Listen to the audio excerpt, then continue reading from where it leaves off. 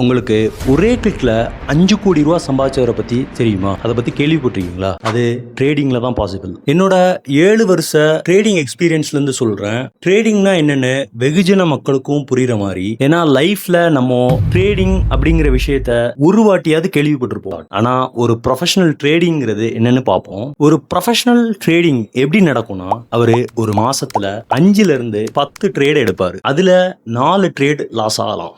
சில சமயம் 6ல இருந்து 7 ட்ரேட் கூட லாஸ் ஆகும். ஆனா டிஃபரன்ஸ் என்னன்னு தெரியுமா? லாஸை ஸ்மாலா வச்சுப்பாங்க, ப்ராஃபிட்டை பெருசா வச்சுப்பாங்க. ஃபார் அன் எக்ஸாம்பிள், அவர் ஒரு ட்ரேட்ல லாஸ் ஆகும்போது $50 மட்டும் தான் லாஸ். ஒரு ட்ரேட்ல ப்ராஃபிட் ஆனார்னா $250 கிட்ட ப்ராஃபிட் எடுப்பார். ஸோ தட் அவர் 3 ட்ரேட்ல லாஸ் ஆனாரு அப்படின்னு வச்சா கூட மந்த்லி அவர் $150 லாஸ் பண்ணுவார்.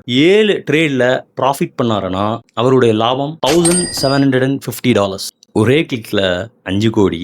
எஸ், பண்ணவர் இருக்காரு ரியலாவே. பட் ஆனா அவரால் அதை திருப்பி ரிப்பீட் பண்ண முடியுமான்னு கேட்டா ரிப்பீட் பண்ண டெஃபினட்டா முடியாது. ஏன்னா அவர் ட்ரேட் பண்ணல, அவர் ஒரு கேம்பிள் பண்ணாரு. அதை ரிப்பீட் பண்ண முடியுமான்னு கேட்டா டெஃபினட்டா முடியாது. அது டைம் பிளஸ் லக்கு சேர்ந்தாரு. ஸோ தட் ரியல் ட்ரேடர் யாருன்னா டெய்லி ப்ராஃபிட் பண்றவர் இல்ல, லாஸ் கண்ட்ரோல் பண்ணிட்டு ப்ராஃபிட்டை க்ரோ பண்ற ஆள் தான். ஸோ யாராவது உங்ககிட்ட நான் பெரிய ட்ரேடரு, என்னால் ஒரே கிளிக்கில் இல்லை ஒரே டயத்தில் என்னால் இவ்வளோ பண்ண முடியும் அவ்வளோ பண்ண முடியும்னு சொன்னாங்கன்னா, ஸ்கூலுக்கு போடா தம்பி அப்படின்னு சொல்கிறீங்க. ஓகேவா?